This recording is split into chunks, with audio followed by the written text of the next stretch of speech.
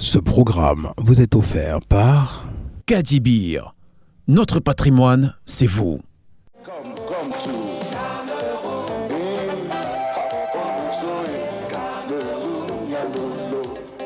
À la fin de la Deuxième Guerre mondiale, le vent indépendantiste qui souffle sur l'Afrique n'épargne évidemment pas le Cameroun.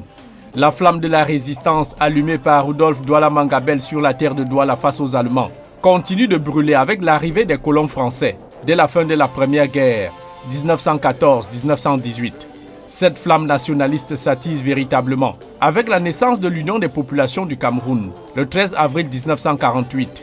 Ses pères fondateurs s'engagent dans une lutte armée pour un départ sans condition des colons, avec en toile de fond l'indépendance totale et complète du Cameroun et l'unité du pays, placée sous mandat de la Société des Nations et partagée entre la France et l'Angleterre. L'UPC a demandé à intervenir sur 3 questions. La réunification immédiate du Cameroun, la constitution d'un conseil de gouvernement et d'une assemblée avec des pouvoirs législatifs, et enfin la fixation d'un délai pour l'octroi de l'indépendance au peuple camerounais. Telles sont, Monsieur le Président, les questions sur lesquelles le peuple de mon pays m'a mandaté pour venir ici. Je vous remercie, Monsieur le Président. Les leaders de l'UPC, intransigeants sur l'accès du Cameroun à la souveraineté internationale, sont assassinés tour à tour par l'administration coloniale française.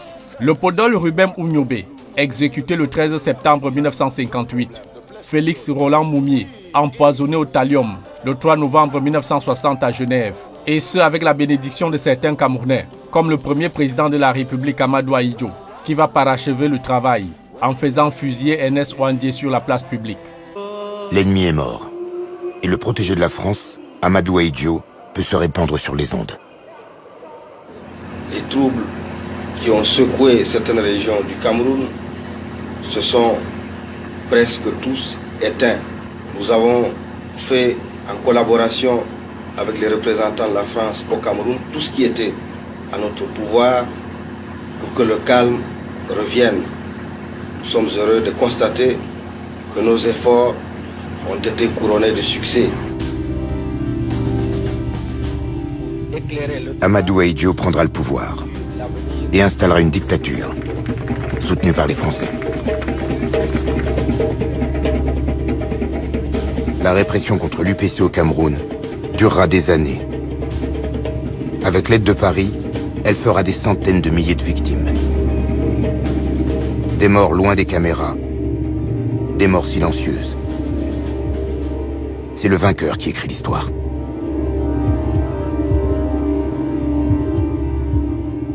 Une fois l'indépendance de façade du Cameroun oriental obtenue le 1er janvier 1960, Amadou Ahidjo se rapproche de John Goufoncha, Premier ministre du Cameroun occidental, depuis le 1er février 1959. M. Amadou Ahidjo s'est rendu en visite officielle à Buéa, capitale du Cameroun occidental. Le lendemain de son arrivée, le président Ahidjo s'est rendu en grande pompe au stade Mouyouka, où l'attendaient au milieu d'une foule enthousiaste de très nombreuses personnalités locales. J'aimerais vous assurer que nous, de l'autre secteur du Cameroun, travaillerons encore plus durement qu'auparavant afin de rendre possible la formation de ce grand pays, le Cameroun. Les pourparlers entre les deux hommes d'État aboutissent à la réunification du Cameroun oriental et le Southern Cameroun le 1er octobre 1961. Le Northern Cameroun ayant opté pour le rattachement au Nigeria à l'issue d'un référendum jugé à la cavalière 8 mois plus tôt, plus précisément le 11 février de cette année 1961. Après plus de 40 années de séparation, nous reformons aujourd'hui une même famille, une même nation, un même État. Que ce jour heureux soit un jour d'allégresse pour tous les Camerounais qui croient en leur pays, qui aiment leur patrie. Réunissant aujourd'hui les populations d'expression française et d'expression anglaise, le Cameroun sera le véritable laboratoire d'une union africaine qui doit rassembler des États parlants ces deux langues.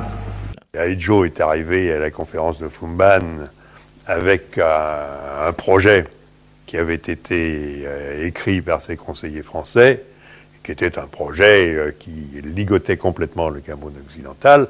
Et les Foncha et compagnie, ils ont été complètement perdus parce qu'eux n'avaient pas de projet et puis ils n'ont pas su comment réagir et se sont fait embobiner. Les réalités politiques de ces deux États fédérés, avec Parlement et gouvernement autonome, vont aussi s'observer dans l'organisation du football, avec la FECAFOOT créée en 1960, qui administrait le football uniquement au Cameroun francophone, et la SCAFA, la Southern Cameroon Football Amateur Association, au Cameroun anglophone. Ainsi, avec le concours de l'inspecteur fédéral de la jeunesse et sport, Godfrey Ngo et son adjoint Raymond Fobete, des matchs étaient régulièrement organisés entre les clubs des deux Camerouns. La première eut lieu en 1963 entre les vainqueurs de la Coupe des deux États. Victoire de Loris de Douala sur Red Devils de Buea. Avec par la suite à l'affiche, Diamant de Yaoundé 3-0 sur Piti de Buea en 1964. Double victoire de Lion de Yaoundé 4-0 devant CDC de Tico pour 1965 et 2-1 sur Cap Bank l'année suivante et 1-0 du Canon de Yaoundé sur PWD de Bamenda.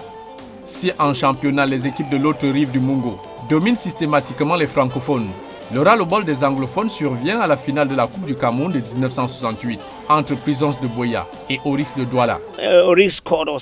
Oryx nous a menés par 2 fois. Nous avons égalisé en deuxième manche. Tout s'est gâté aux prolongations. À égalité parfaite de 2 buts partout entre les deux équipes, le défenseur Mokoko Confiance inscrit le but de victoire, jugé litigieux. Ils ont inscrit un but irrégulier. Et nous avons protesté. Sur recommandation de ses coéquipiers, le capitaine Joseph Ewunkeng, ballon à main sans avoir froid aux yeux, se dirige vers la tribune du stade militaire de Yaoundé, protester devant le chef de l'État Amadou Ahidjo, très redouté pour ses méthodes punitives à cette époque. À parler de président, je voyais le chef de l'État. J'ignorais qu'il y avait un autre président près de lui, à l'instar de celui de la FECAFOOT. Exact. So for you, when they said go and see the president and protest, you felt it was to go and see Amadou Ahidjo. So what did you do? So I took the ball. Je tenais le ballon et je me suis dirigé devant Amadou Ahidjo. La garde républicaine m'a dit d'aller voir le chef de l'État.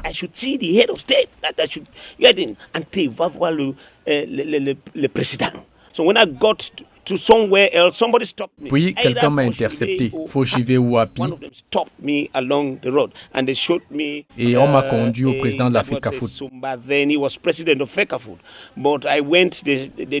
Ensuite, on m'a amené en Bobo Djoya, le ministre des Sports, qui m'a demandé « C'est quoi votre problème ?» Je lui ai dit que le but était irrégulier. C'est un but de hors-jeu, nous le contestons. Il a répondu « C'est noté. » Allait achever le match et nous l'avons fait et Oryx a reçu le trophée. Les joueurs de Prisons de Buea accusent l'arbitre du match de combine. Cet arbitre n'était pas à la hauteur. Nous doutions de ses capacités pour l'avoir vu arbitrer le match Prisons Pawakam au Cameroun occidental. Et pour la petite histoire, le chef de l'État en personne suspendait à vie l'arbitre du match querellé. Du moins, le capitaine de Prisons de Buea, Joseph Ewunkeng, fut lui aussi sanctionné pour son hardiesse à l'excès, oser protester devant tout un père de la nation, un acte impensable à l'époque. A traditional contest between the champions of West and East Cameroon ended in 1968 with the Prisons Buea versus Oryx Douala clash for the Challenge Cup final.